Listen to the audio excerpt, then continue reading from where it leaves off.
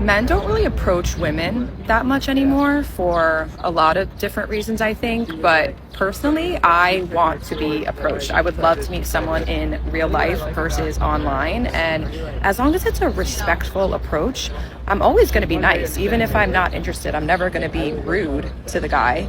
But I think as women, we have to give a signal that we are interested before most men will feel like it's okay to like actually approach you. Personally, I'm not going to approach a man. That's not me, but I will make it clear that I'm interested. I will pretty much give him an open invitation to approach me through eye contact, smiling at him, physically like getting closer to him in whatever vicinity that we're in. And if he doesn't take that invitation, then I would just assume he's taken or he doesn't have the confidence to come up to me, which just means he's not for me. I'm gonna try harder to meet people in real life. The game us females play is crazy. Y'all tell me if I'm insane or not. So the block button to me is very strategic. If I block a nigga, it's because I'm mad. I'm still very much invested in us and where we're at. But I'm blocking him because I want him to know that he's blocked and I want his attention. So however he acts while he's blocked will tell me if that's the nigga that I need to still be fit. Do that make sense? But if I don't block you and me and you was in a relationship or had some dealings with each other, that means I'm done off you. So most likely we was a thing. We're no longer together. And if I block you, that feels like I'm giving you the power. Like you know that I'm with you and you getting up under my skin. And something about that just don't sit right with me. So I will literally not block a nigga that I need to block because I don't want that nigga to know that he really getting up under my skin. So the more I see him, the more it builds resistance up against him. Because out of sight, out of mind don't necessarily work the same way for females. Or am I tripping? Did I explain it to where y'all understand? Because my cousin said I was insane and I was crazy and I'm using the block button for the wrong thing, the wrong reason. But I'm just saying, like, if he's blocked, most likely that's the nigga you have to worry about, is what I'm saying. But if he's not blocked and we was together, I'm done off of you. The more I see you, the more it builds up resistance for me not to fight you. Okay? Because I'm not even tempted anymore to even hit the fine. Do you hear me? And then on top of that, you got to see this glow up, baby. You feel me? And then for the other nigga that ain't blocked, that steady hit my line on a day-to-day basis, I really just don't want you. I don't want you. I don't like you. You know what I'm saying? Or am I doing too much? Am I insane? Just tell me if I'm insane or not. Men are not original thinkers. When you pay close attention to their mannerisms, like, I want you to do this with a guy that you meet. Okay, listen to me very closely. Men are not original thinkers at all. I went out earlier to brunch. A guy decides to approach me, and then his cousin decides to go on ahead and approach me too. And he decides to sit down next to me or whatever. We strike up a conversation. He gets me a drink. We talk a little bit. Okay, whatever, cool. In your interactions with men, it's always best to shut up and pay attention, okay? Men are not original thinkers. They are constantly trying to feed off you talking a lot. They are constantly trying to feed off of your mannerisms or what actions it is that you are doing in order for them to gain some information to know what they need to do to best place themselves to get whatever it is that they want out of you. I was paying attention to my peripheral, and this man could not stop mirroring me to save his freaking life. And I just purposely started doing things just to prove to myself that he was going to mirror me. So I spent most of my time, I had like my hand on my drink, and I could tell like he was trying to study me so much that like he was trying to anticipate like when I was going to pick up my drink. And then when he would see me pick up my drink, then he would pick up his drink and then he would have a drink. Or when he would anticipate me picking up my drink and I would like pump fake him. So then I wouldn't pick up my drink. So then what he would do is he would pick up his drink and then like to prompt me to have me pick up my drink and then do a cheers. Then he never wanted to pick up his fork to eat unless I picked up my fork to eat. Then when I was vibing to the music, every time I was vibing to the music, he kept asking me repeatedly, do you like to dance? Do you like to dance? I would love to be able to dance with you, while you're here. Bro, you're not going to dance with me. Like, you look at our surroundings. You are not going to dance. There is not even a dance floor for us to dance on. The more you just shut up and pay attention to men's mannerisms when they are around you, the more that you realize that they are really boring. They do not come with any genuine understanding of how to impress you. They're just winging it, and they are just kind of going off of your energy and your mannerisms and what it is that you're doing, and just kind of going from there and hoping on a prayer that it's working. So apparently, and this article was from 2023 from Susan Digis White, PhD, says the chameleon effect, why we mirror friends and lovers. Being in sync with friends or partners builds trust. Okay, and then the key points of the article were: the chameleon effect refers to our tendency to mimic the expressions and gestures of others.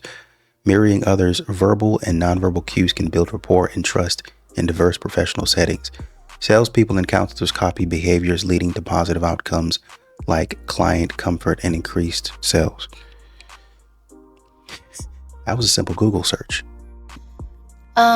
So I'm from San Diego, California, and I'm 26, and I just really feel like I'm actually going to be alone forever at this point in my life.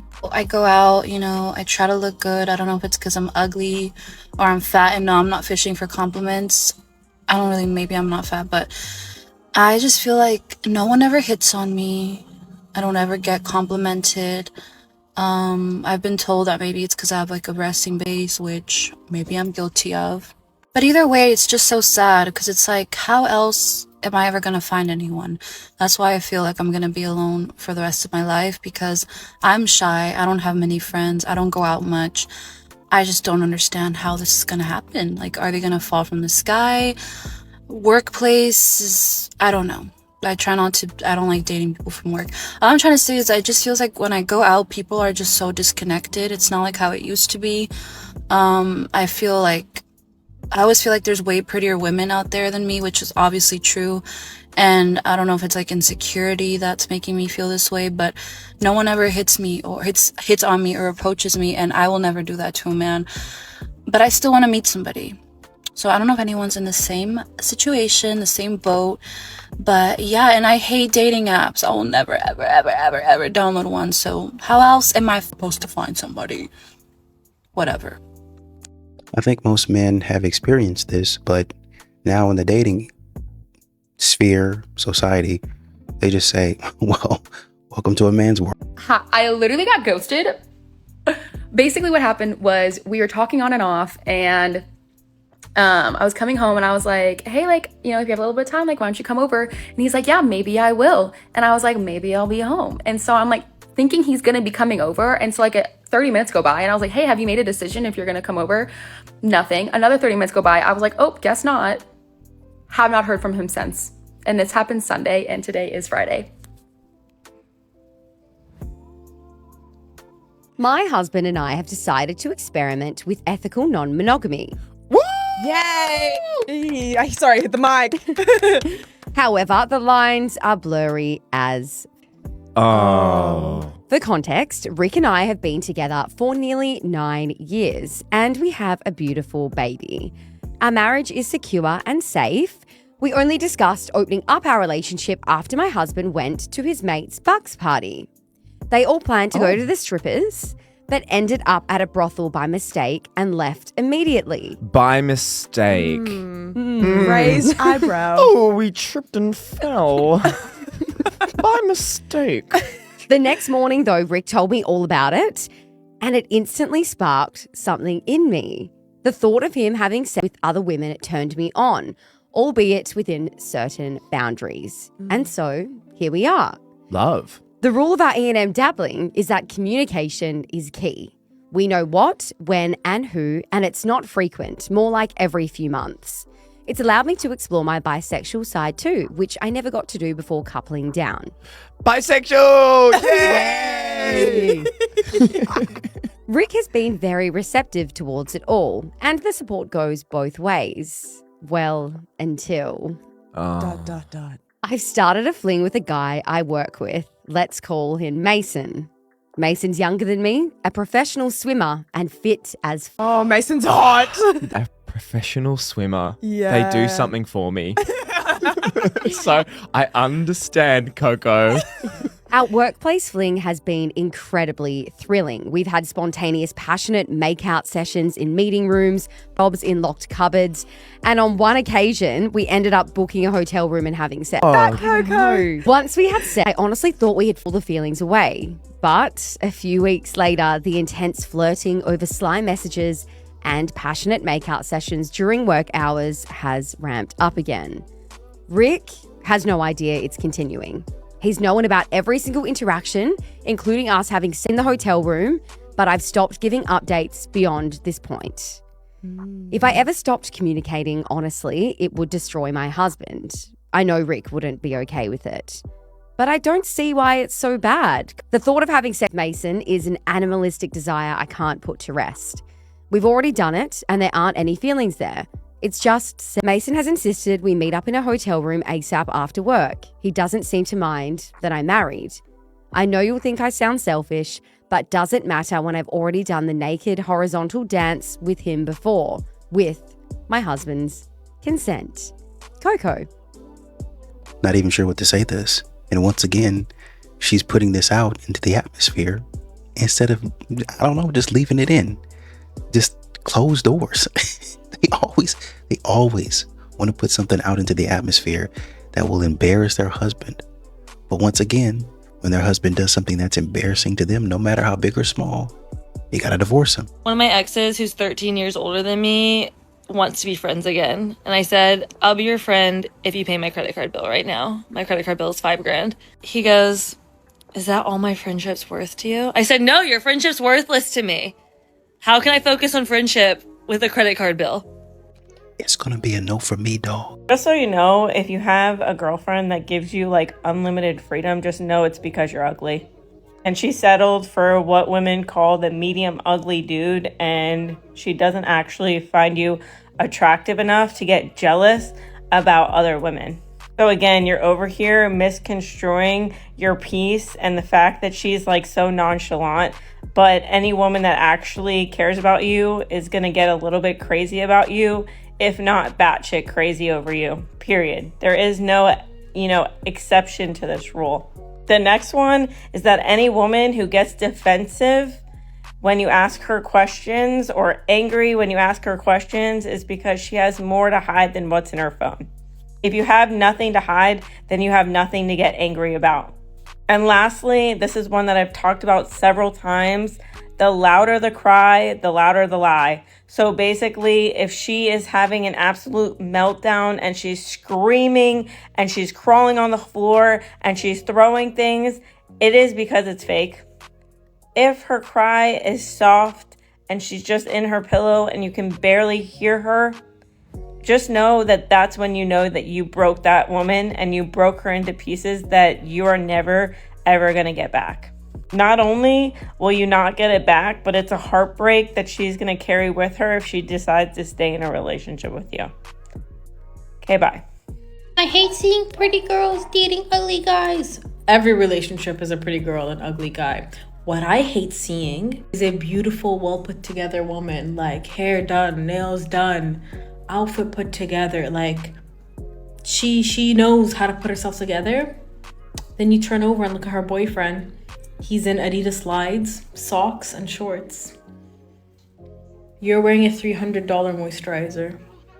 And he has crust, white crust, in the corner of his lips. Do not piss me off right now. Every relationship, delusional. Hey ladies, can we please talk about the double standards that we perpetuate? Never in my life did I think I'm gonna get on this app and defend men. But also, we need to talk about it.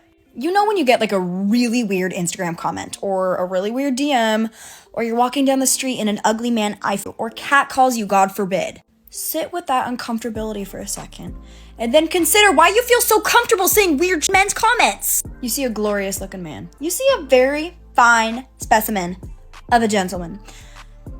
And your first instinct is to say, oh, a tear just rolled down my leg. My ride is here. Slow and raw and passionate. Excuse me, you do not know that man. You don't know these people. And I can guarantee, God forbid, a man say any of those things to us.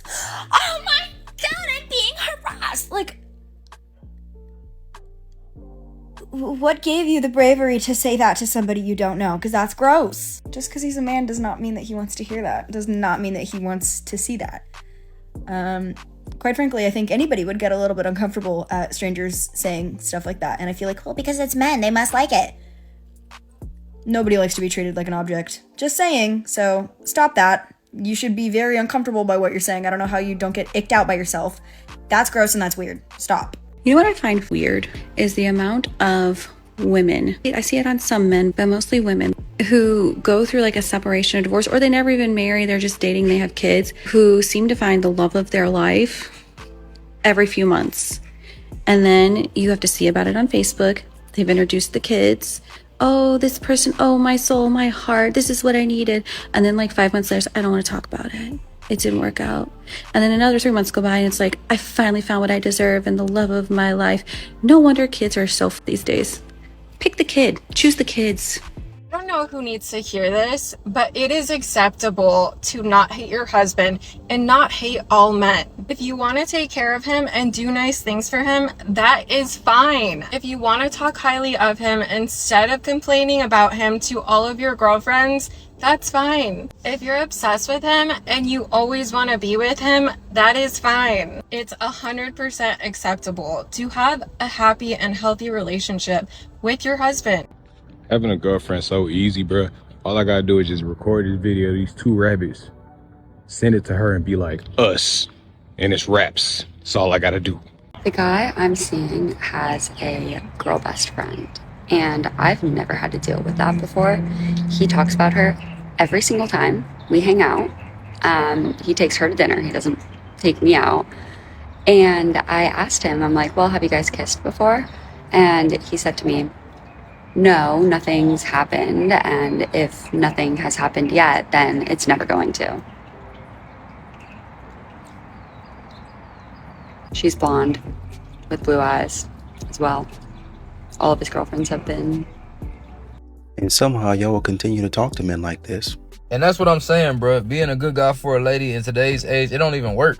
Being a good guy for a woman, it don't work. Soon as you start doing things too right, too perfect, too anything, she either gonna get suspicious, or she gonna start liking you too much and run away, or she just gonna wish she could have some more toxic going on because she toxic her damn self. Like, a lot of times people just want toxicity in their life and they don't even understand why. They just used to it and that's what they feel like they should have. If things are going too perfect in a girl's life, she'll damn near start malfunctioning. Like, she don't even know what to do. Like, oh my God, he's actually texting me when he said he was gonna text me. He actually called me when he said he was gonna call me. He's trying to spend time with me. Oh my goodness, he's not even trying to hit yet. They can't even imagine that. Like, that's like a whole imaginary fairy tale that she can't even wrap her mind around. In the back of her head, she feel like it gotta be something wrong with you. It has to be. It has to be something wrong with you. And the thing with her be like, okay, I know he's a good guy, and in my mind, I think it got to be something wrong with him, so I can't mess with him. So let me go mess with this other guy, whereas there's a million apparent things wrong with him. And you get what I'm trying to say? That's why I stay away from a lot of women now, because it's just like, nah. My ex-situationship called me while I was driving to Nashville to complain to me that his girl doesn't want him anymore and she's breaking up with him. And I was just like, oh damn, bro, that sucks. I'm engaged now, by the way. I think he was expecting a supportive shoulder. I wanted to make his crash out worse, and I keep this lie going. And he's like, no chance to who? And I was like, you remember that guy that I told you about when we last talked months and months ago? That guy, yeah, we're a thing now. Our parents met, they really liked each other. We're engaged. And he's just like, no chance. And I'm like, dude, I'm in the car with my friends. You can talk to them. They know what's up. And so I put them on speaker, on a whim. I didn't even know I was gonna tell this lie. And they obviously back up my story. They're just like, dude, love is love. Like, when you know, you know. And like, yeah, she was having some trouble with him before. Like, she was crashing out really bad. But we've met him. He's changed a lot. He's willing to put the work in. And everything is great. You know, they're very happy together. And we're planning her bachelorette party right now. And he's like, okay, show me the ring. Show me the ring. And I'm like, dude, I literally told you I'm on vacation. I would never bring a 6-carat natural diamond on vacation with me, duh. And yeah, he did believe it. He did believe it. Of course, I would expect nothing less from these modern women who still want the men to know or think that they want.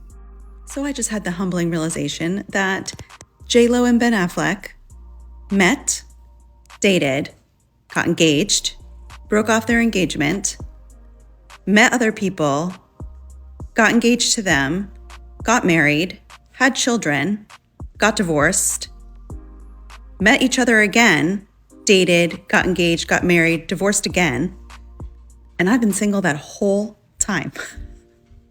This morning I woke up beautiful again and craving attention, so I decided to make some bad from scratch. I started by going out and doing something with my life, as well as getting paid because I know that that's essential in making bad. I then posted a selfie.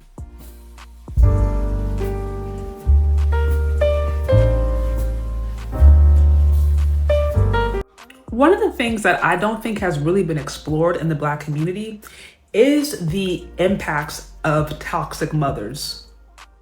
We're very familiar with the narrative of the hyper domineering, like Mr. aggressive, manipulative, evil Black man who is just out here just beating women. Like, we're all very familiar with that toxic expression of Black masculinity, but there has not been a lot of conversation on how toxicity can show up in Black women. What's the impact of a toxic mother? What's the impact of a toxic grandmother? What's the impact of Black women who have been mistreating their sons and daughters? We don't talk about that. But the thing about it is, you got Black women out here today who are struggling with their self-esteem, with their sense of self-worth, with their identity. They are struggling because of their mommy wounds. They don't feel loved. They don't feel lovable. They don't feel like they have a sense of identity. They don't feel like they have worth because the mothers in their life, yes, the Black mothers in their life, terrorized them coming up. And there's not a lot of conversation about that. And I think that's bad because I think that's a lot more prevalent than we really talk about and express. And there really needs to be more space. And I think a lot more investigation into how toxicity and how toxic mothers and how women running the household for quite some time, how, like, what are the downfalls of that? And again, I'm not saying every Black mother is that. I'm sure there are Black mothers out there who have beautiful relationships with their sons, their daughters, all of that. But there's not a lot of space. And I don't think there's really a lot of comfort acknowledging that there are also deeply toxic Black mothers out there who terrorize their children. And that there are grown adults today who are still navigating the wounds of their mothers. And what does that mean? What does it look like? How does toxicity show up among Black mothers?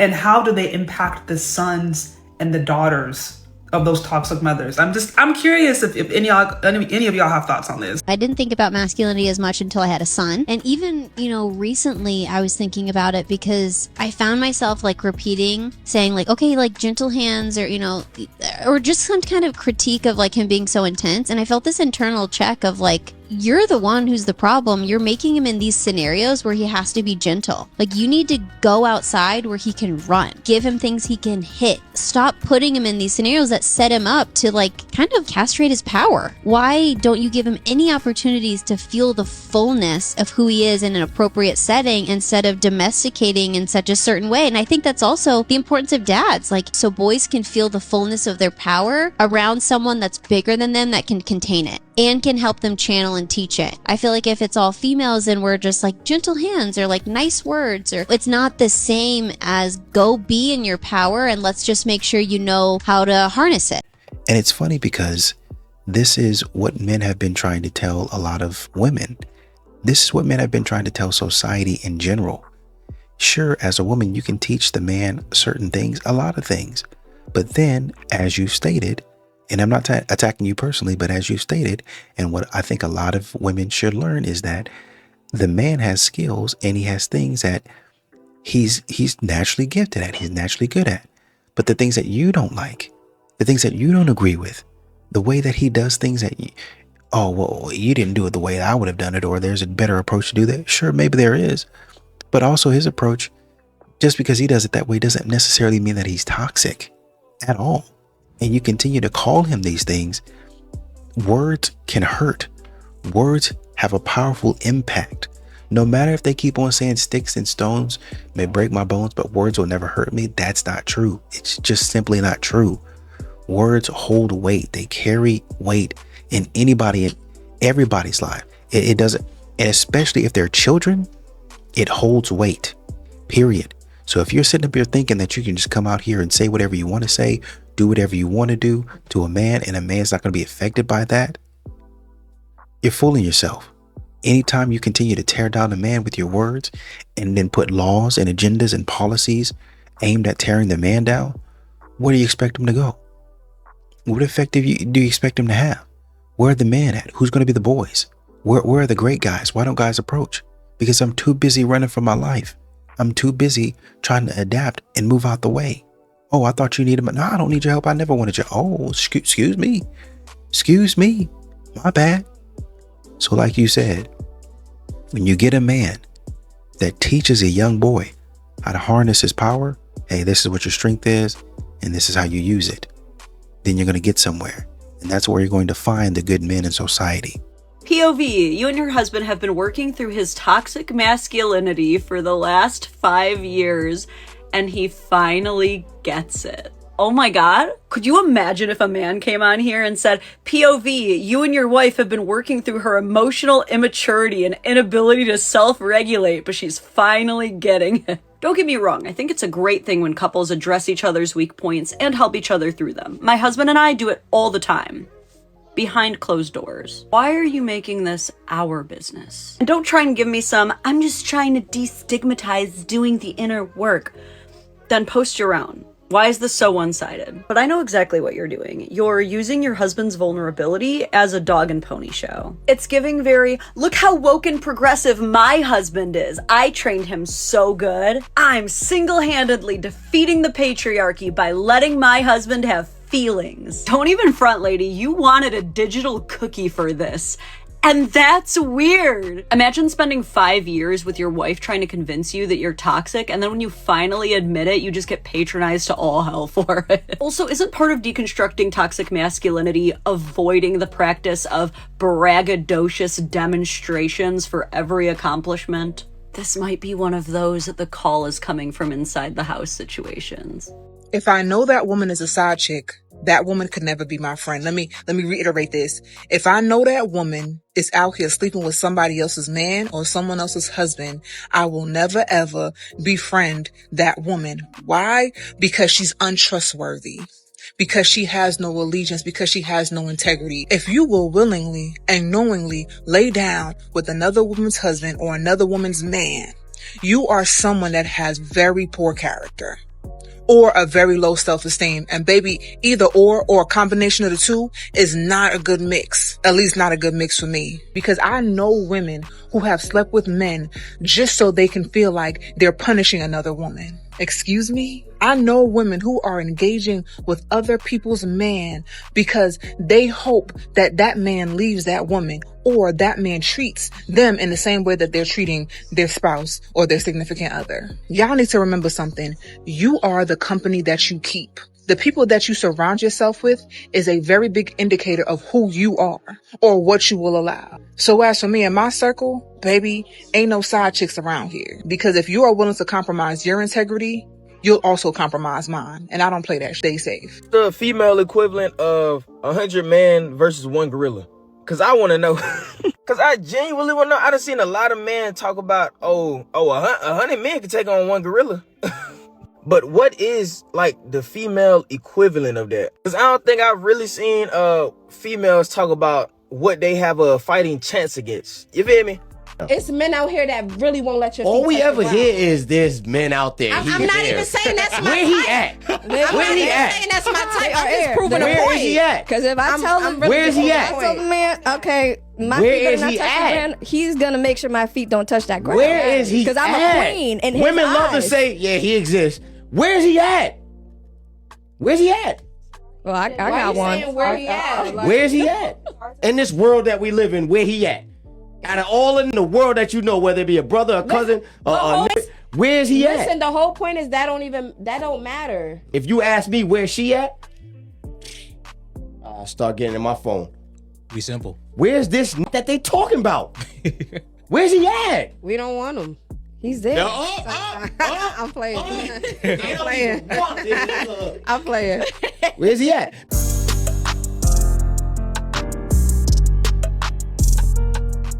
Men shouldn't be watching in a relationship. Thank you. Thank you. And women shouldn't be making in a relationship. What? I had to come to the back just to make this video. Another thing, a lot of y'all women are saying, oh, men are picking up microphones and being chatty patties, keep chatting about women. No, men are now being vocal with how silly and crass women can be. Yeah, y'all are mad that men have brains and move with logics and that they're putting the truth out. So you're mad. So you call the man, oh, he chatty patty. Oh, he's sassy. Baby, if you a lady of the night, you a 304, you're uncooperative, you live in an alternate delusional world, please shut up. Please shut up. Please shut up. Please shut up. I just wish y'all women could just be on y'all own little island and be lesbians and just bump coochies together and leave the women that really do love men and need men alone. Just be by yourself on y'all island. All right, babe. So not being attracted to the men who are attracted to you is a common problem I see amongst ladies. And there is a balance here. So the first thing to consider is that you could potentially have love blocks and be in an energetic space where you can't notice the good quality, high value guys, because what your nervous system is so conditioned to attracting is more of these toxic bad guys. Secondly, you need to give yourself time, allow yourself the space and time to build an authentic connection to these guys who pursue you and who like you, okay? Give yourself the time to develop some sort of deeper romantic or emotional connection with him. It requires familiarizing yourself with him, his community, his tribe, his family, his lifestyle, because you have to familiarize yourself with someone in order to properly feel safe with them. And when you feel safe, then you allow yourself to grow in emotional connection. If you don't have any mutual connections with the guy, then subconsciously that registers to you that this guy has not been properly vetted and pre-selected by your mutual connections, as in your tribe and your community. And that whole vetting process and familiarizing yourself is a very important process to choosing a partner. After you build a more personal relationship and more familiarize yourself with a guy, then you can then discern whether you are attracted to him or not. Sometimes in your roster, there are guys who are very physically and aesthetically attractive right off the bat. And you know, because everybody else also knows, that they are just a very attractive person with a very pretty face. However, that doesn't necessarily mean that they carry the qualities of a high value person. So I can assure you that if those are the qualities that you are looking for, then the physical appearance of them, of those hotter, more attractive guys, really doesn't mean that much to you, because they might be lacking values that you have. They might be lacking character qualities that you have and that you are ultimately long-term looking for. I also often advise that you don't just lead a guy on for too long. So that's why I said you really need to approach it with a balanced perspective here, right? You want to give yourself time and grace through developing an authentic personal relationship to a guy, learning about him, learning about his families, his morals, what he wants out of life, right? Give yourself that time to learn these things in order to see if you can grow a more physical and emotional and mental attraction to him. But you don't want to drag it on forever. If you know that you see yourself never being physically attracted to him, and that there's no amount of emotional and mental part in this that can help you develop more of that physical attraction to him, okay? Because you don't want to lead a guy on and make him think that you are attracted to him when you are indeed not. And if you do, like, you're doing a disservice to yourself and to him, and ultimately that just doesn't bring longevity in a relationship. Pair bonding really does take time, and all of these little actions that these more quality guys are doing to pursue you and to make sure that you're provided for and to do for you, to impress you, to show their love and genuine care for you, those are the things that build up over time, all of that consistent action that allow you to grow in physical attraction for him. I can promise you this works. Most any guy that I have ever dated, I have never been initially physically attracted to, even if they were attractive guys that everybody considers to be conventionally attractive, you know. For me, I never ever was attracted to them right off the bat. Until over time, I allowed them to pursue and take action and do things for me.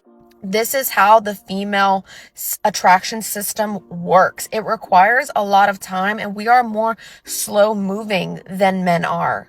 And it's funny because you need to keep on telling this to women who keep on saying to men, we're so much more intelligent than you guys, both academically and emotionally. We're more emotionally vulnerable. We've been socialized to be emotionally vulnerable and pick up on cues and trust our gut. We're so much better than you guys at social cues. Our behaviors are so far above yours. Honestly, we're a lot more superior than you guys are in a plethora of different ways. And you're actually every way. And you're never going to be able to catch up with us. So, you know, as a man, you're just dumb and stupid. And this has to be explained to you. Any man can and has explained this to you. Y'all don't think it's weird that y'all openly and admittedly, like, just say out loud that the only thing keeping you from talking to little girls is the law? Like, if they change the age of consent to 14.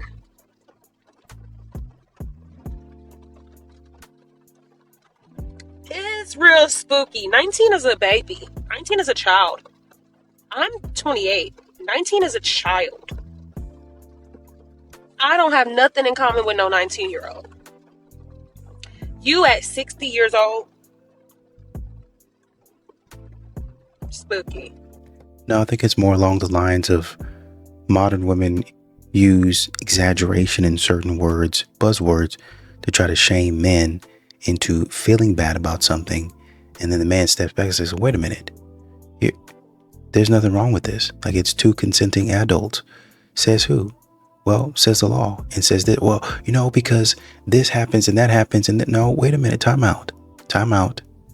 When you guys go to do something, we can say for drinking, when y'all want to take shots and stuff and y'all want to go out to the clubs, y'all take y'all's friends to the club. These young women don't really need to be in the club. Why? Because there's men in there that run game. There's other people in there that are using them for things that they should not be used for. Period. But y'all are taking them and putting them in this environment. That argument should stay the same if you're saying, well, wait a minute. Their frontal lobe is not fully developed at 25. That's what we're saying. The moment you try to make it seem like something that was actually acceptable in society, that is actually okay, what you're trying to do is attack who they are as a person, their character. Oh man, I know it's legal, but this man is a bad person. How? It's available for them to do it. Period. That's it. Well, I don't think, no, it's available for them to do it.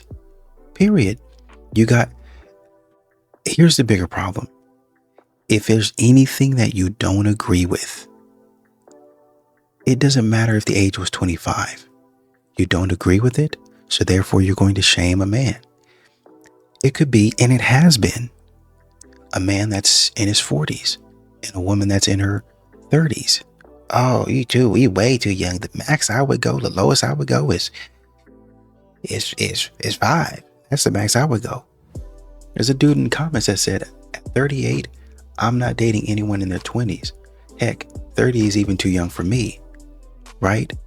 So according to that, you should be somewhere around 35 if you're 38. And then on the other side, somewhere around 41. And that would be acceptable. Except until somebody says the max is 2 in either direction. And then you get put in, oh man, I'm so sorry I didn't. Yeah, because if you're younger, this is the argument they make. Yeah, because if you're younger, then she's not really, you're trying to control her and groom her and bring her up. That's what the old women say. They don't want to mess with anybody my age because they can't handle me. So you go and mess with them young girls. Or she's 2 years younger than I am. Or she's 5 years younger than I am. Yeah, see, what age is she? Well, she's 30. I'm 35. Yeah. At 30, I was still just trying to figure everything out. And you're not quite you're not all there. It's always something to attack the man as being less than, to attack the man as not being capable or smart enough to do something, or the man always being a predator. That's the problem. I'll sit here and agree with you and say, hey man, he shouldn't have been doing that. He shouldn't have been messing with that young lady. Yeah, I know it's illegal to do that, but he should have gone ahead down the street about his business. He could have found somebody else around his age to do that. It wouldn't have mattered, because y'all just said, now why is he going and hollering at her and finding this SW when he could have gotten X, Y, and Z? Y'all would have had a problem with that too. He need to settle down and get him. Maybe he doesn't want to be married like you guys are saying. How about that?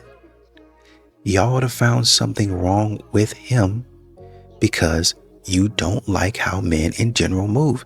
It doesn't matter whether they're a good man or a bad man or anything in between. You don't really like the way men move. You want them to think like you think. You want them to have the ideology that you have. And that's why you continue on every single level to talk down on a man and degrade a man. Period. This is just an easy one. This is just a layup. So the crux of the issue is that you continue at whatever point, if it don't make sense to you and you don't understand it or you don't agree with it, the man's the problem. The man is to blame. The man is the predator at all points. Say that one more time. What? Why you wouldn't need a girlfriend? Why I don't need a girlfriend? Because you got enough personalities to be my wife, my girlfriend, my side chick, the psycho, and the side chick off the psycho. Oh, whoa. Are you saying I'm crazy? I'm saying you're special.